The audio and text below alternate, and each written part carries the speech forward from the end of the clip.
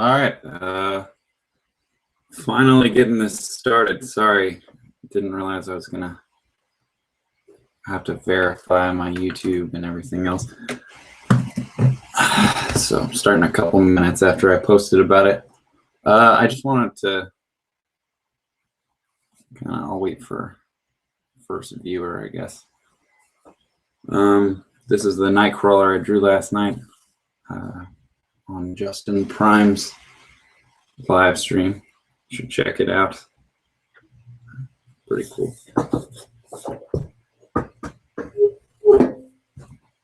Anyway, I just wanted to give a quick summary of the art I've been working on, things like that. So I'll be bringing some over and showing you what I got. I'm going to start with the Plague. But it's all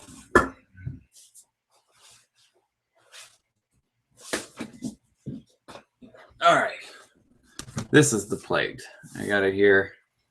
Now, this is I started off with this, right? So it's not quite the same.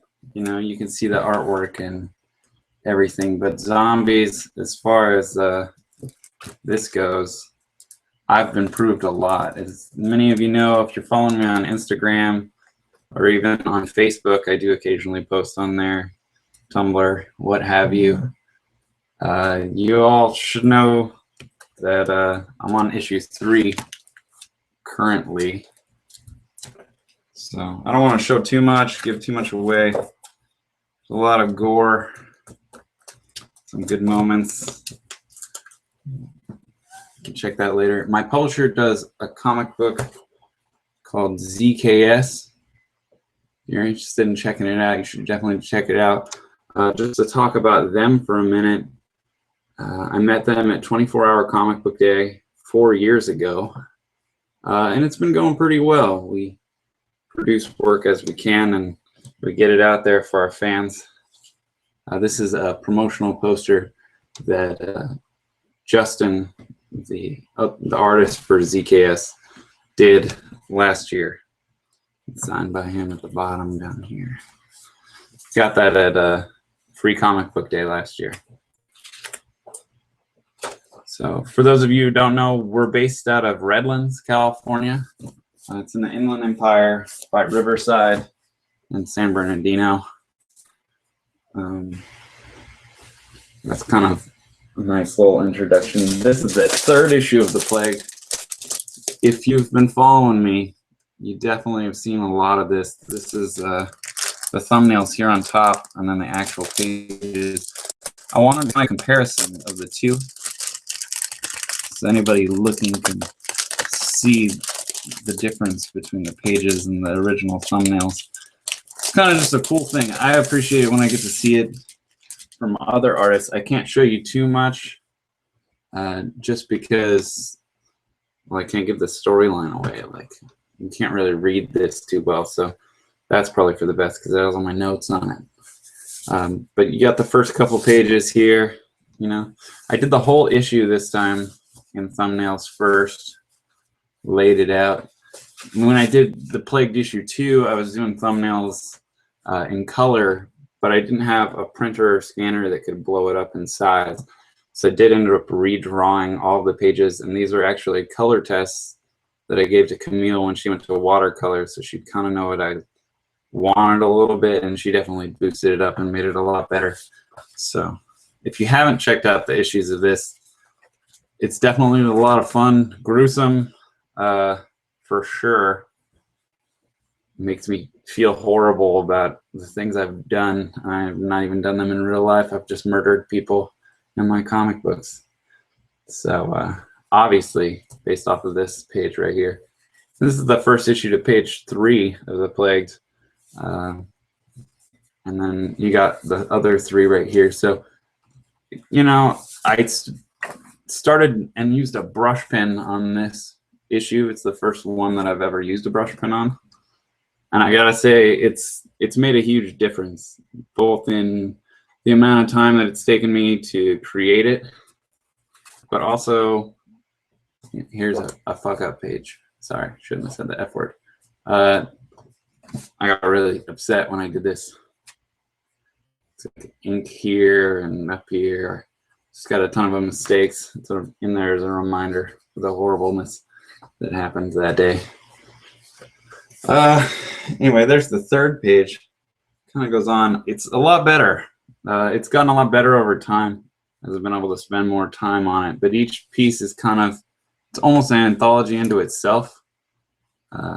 Each piece is separate. So, I mean, you're missing a part of the story if you missed the one before, but you can almost start anywhere.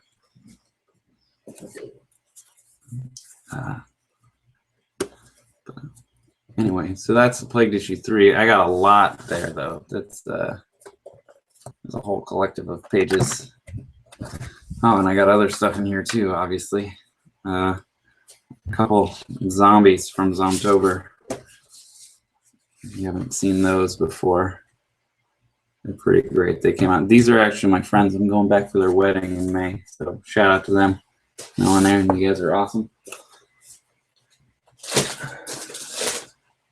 Getting into it, I had a lot of projects planned out for this year, and I get sidetracked very often. This is one of my biggest things that sidetracked me this year, but was probably really for the best because it made me a much better artist. These are the Zomtober zombies from October. I try to do one every day. I wasn't 100% successful, but they came out really great, I think, at least. Sorry, got my hands in there. This is one of my favorite ones, but I watercolored it and made it the cover to the sketchbook that I'm going to try and release this year, so which is done and ready for publishing. Anyway, here's a couple of these. You get to check them out.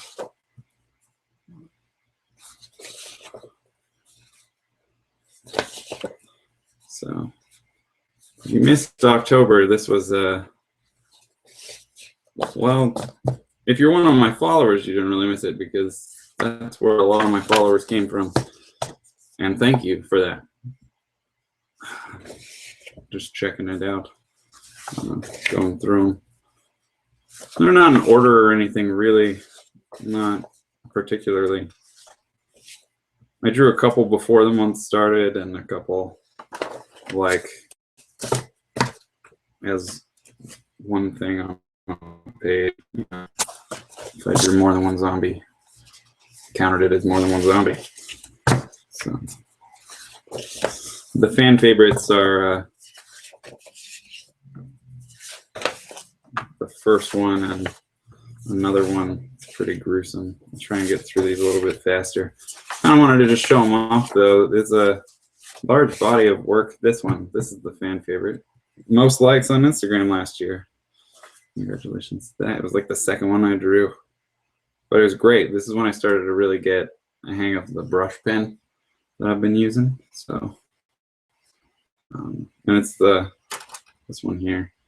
It's just the pen, or it's just the brush pen everybody else uses on the internet. But yeah, it made a difference for sure. The ones I was doing before Zomtober, like this one, for instance, you can see the line work is just, it's drastically different.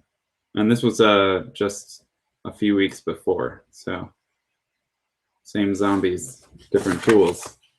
You get a totally different effect that I'm really excited about. This one's upside down. Yeah. So, here are a couple prints that I did last year. I got them in here too. These were drawn a year ago. So for those of you who don't know, I've been watercoloring them recently on Wednesdays under the hashtag Watercolor Wednesdays. Takes forever to watercolor, so I don't know if I'll ever stream that. This is the only one I haven't done so far.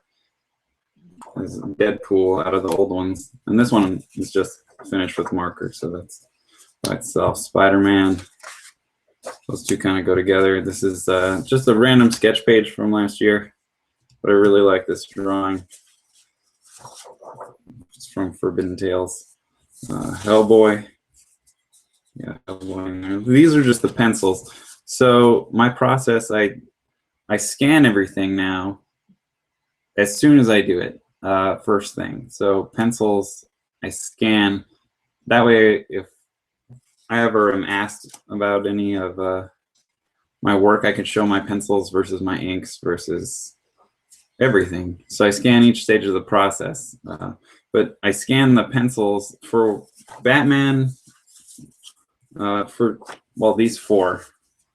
I scanned the pencils and then did the inking, 4 being the other one that was before. There we go. I scanned the pencils without inking them first because they were so much older.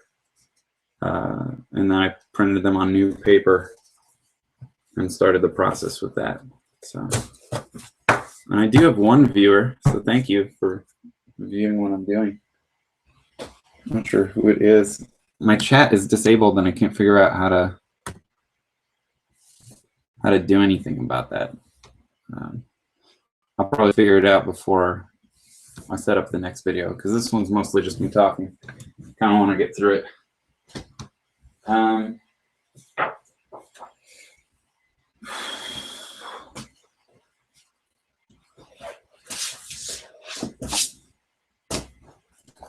All right.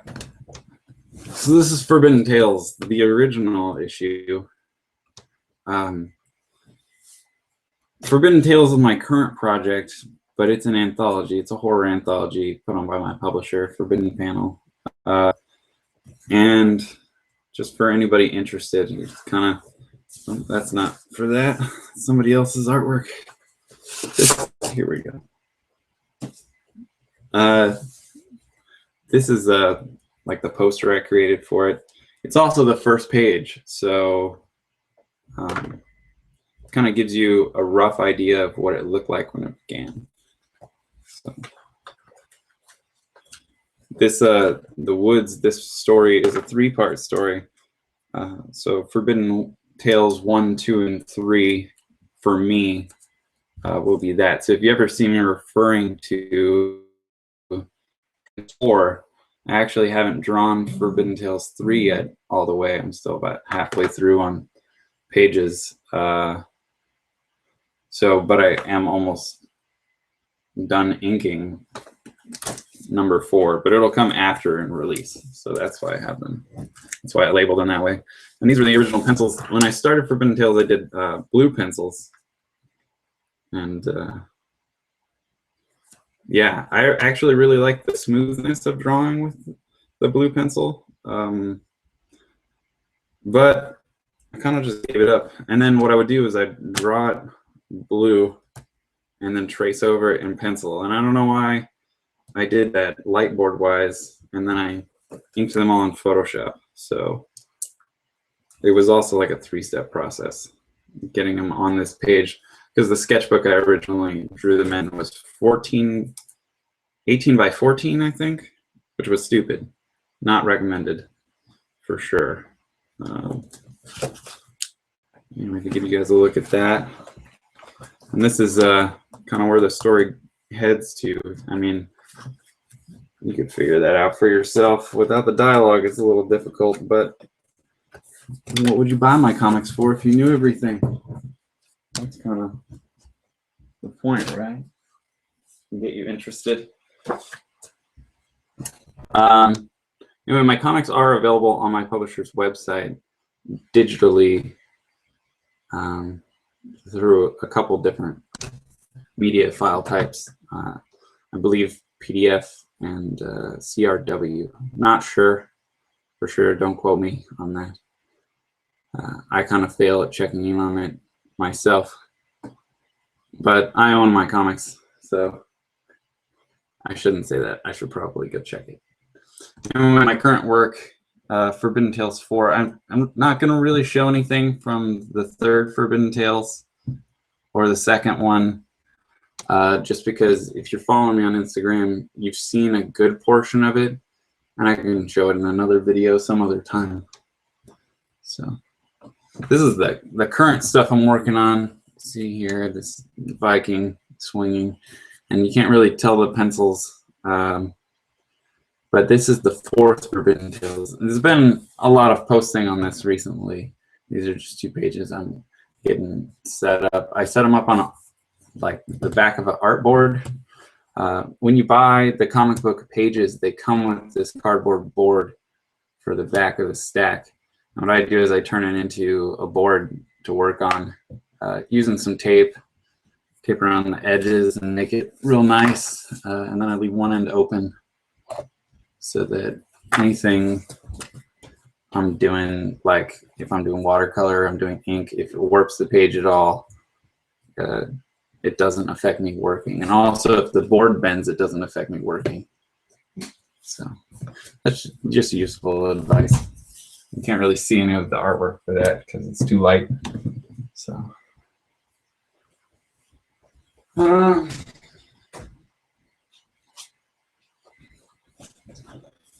this is something else. I've been doing a lot of posting about this recently. It kind of came out of nowhere. Just an idea I had in my head one day. Started putting it on paper. I wanted to do a web comic or something I could post on Instagram every day. So it's in the form of 2.5 by 2.5 squares. And I mark out and ruler out every page myself. I have like a format I set up with the first page. And it goes on from there. You can kind of see. Here, I'll go backwards because this is basically start to finish. But this is over here. I know you probably can't see it, but it's kind of the world laying out basically what the land looks like and all the brainstorming process. This is just a random drawing of a goblin I did before I ever drew anything else on this page. So not really related. But yeah, and then here you got another page. This is the first one. When I started them off, I was doing them in color, just kind of for fun.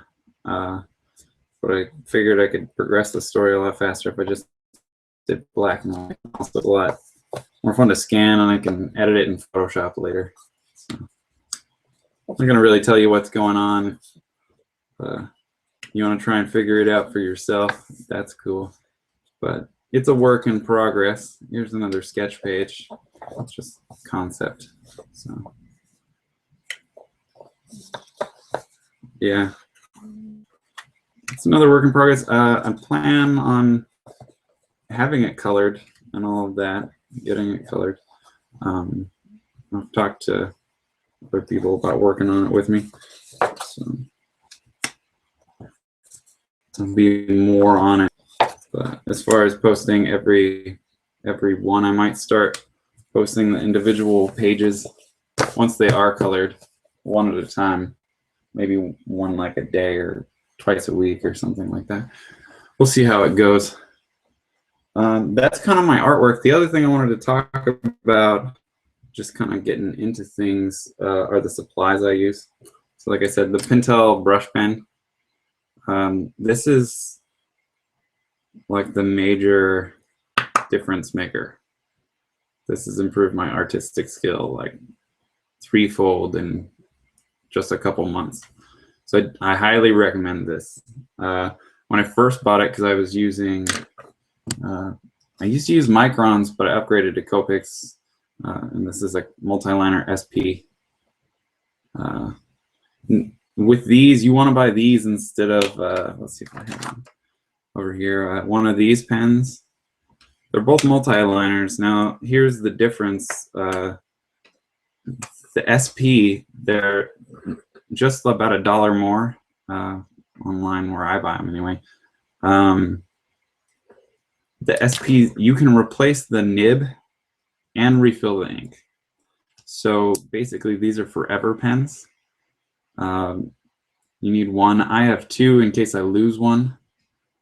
But that's really the only reason I have two, because I can change out the nibs and do everything else. And I've had that pen specifically for 3 years, I think. And this one I just bought over the summer. Bought the wrong kind on accident, and I'm kind of wearing them down. So saves me on the nibs, but It's much cheaper just to refill ink with Copic, and that's the great thing about Copics of all kind.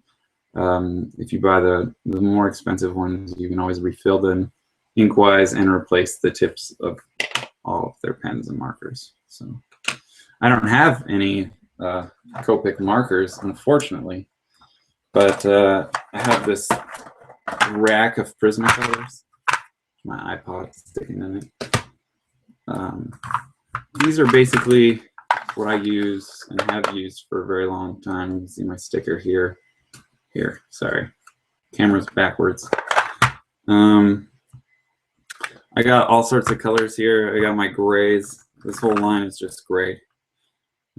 This whole line used to be black, but I've see you can't refill Prismas, so I'm missing like half a row here. This goes here. I get a little OCD about my marker rack sometimes, but other times I kind of just let it go as I'm working. This whole row right here is all my work for zombies.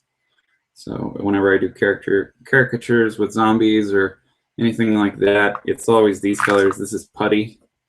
It's what I use for kind of more human skin look, and anything that's like a light brown or anything like that. Hair, blonde people. This is #1 for hair.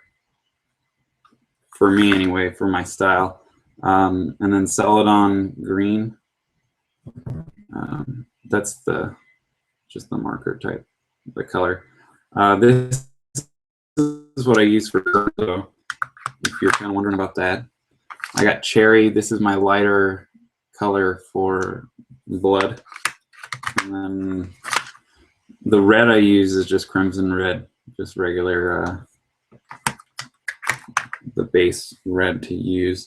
I got a couple different colors up here,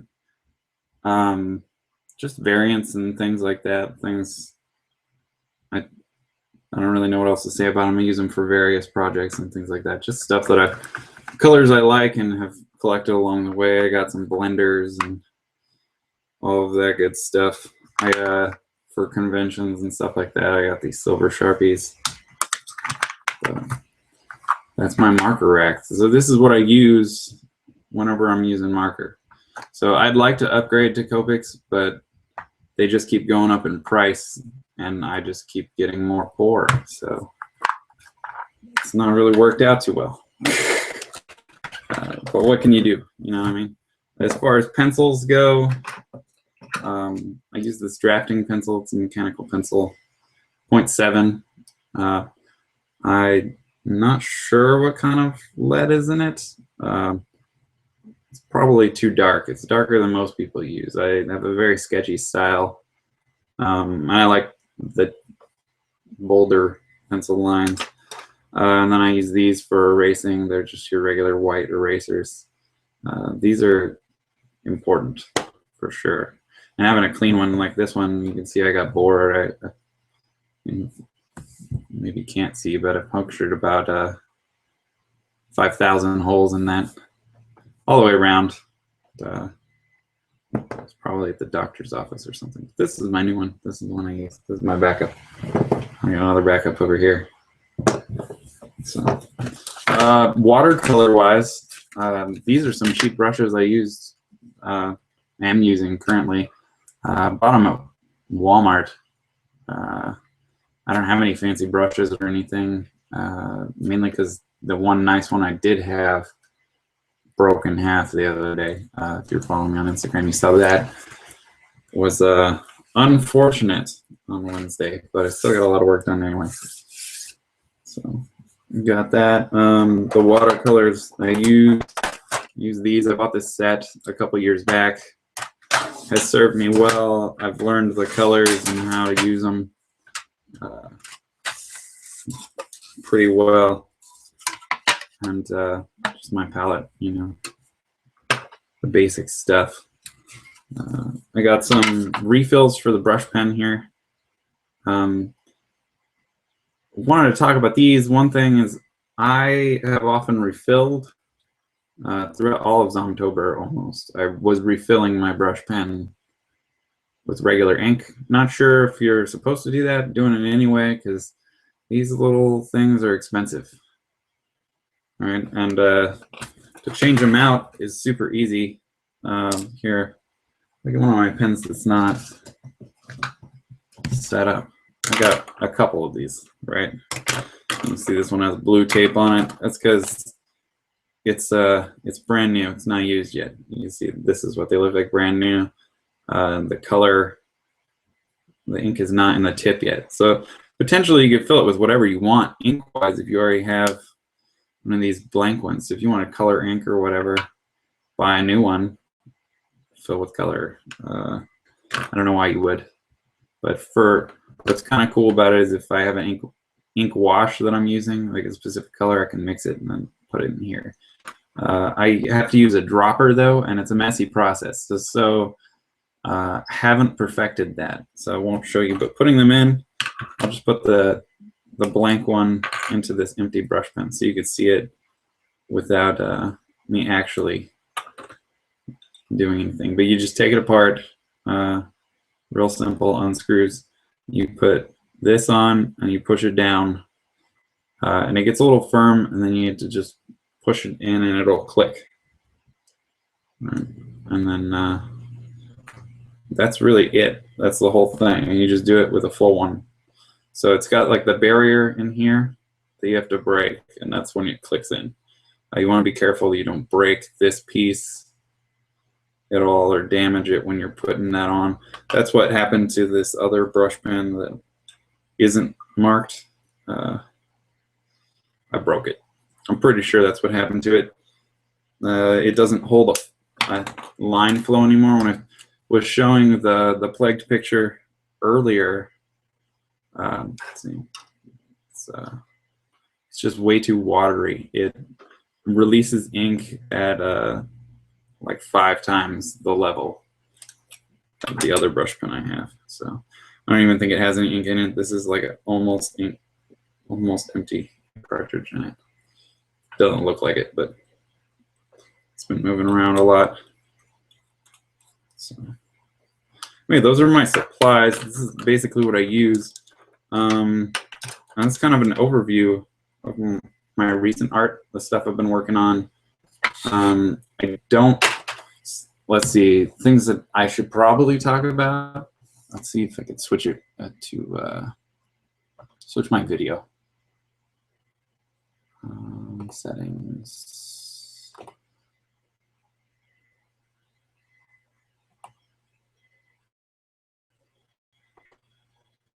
Oh wow, that's so other things I should probably talk about. Just going into it, comic books take a very long time. It's been years, and I've only got a couple little things out there. So if you're thinking about getting into it, I could definitely give you some advice. I could talk to you about that, but I wouldn't go about it the way I did, where I started with a publisher almost right away, and I didn't have any collection of prints or sketches or anything I could potentially sell at conventions or anything like that. So I highly recommend building a portfolio of work before you ever do get published. But that's just my advice, because I met my publisher at 24-hour comic book day, and it's worked out. It's been good, but I've been building up to it. You know, when you draw a comic and it takes 24 hours, you're not producing your best work. And I did produce 16 pages, and at a thing where you just go and you're making up your story as you go, it makes the difference. You know, you see kind of what you can do, what you can't do, and how good a story you can write in that amount of time is not what you can produce later on. And the proof is the artwork I've produced so far. Some of it's really good, in my opinion. I am excited about it. When I draw new things, I get excited about it. But when I look at my old artwork, I can sometimes get absorbed into this depression of like, oh, this is what I made and this is what people see. But people are never going to see anything else unless you make something else. So that's what I've been working on recently. I've been attending WonderCon for the last 3 years. I won't be there as a professional this year. I'll just be there attending. But if you do go to WonderCon, feel free to say hi to me or to a meetup or something. Anyway, I'm going to get ready for drawing zombies. I'll get back to it in about half an hour. Thanks for watching.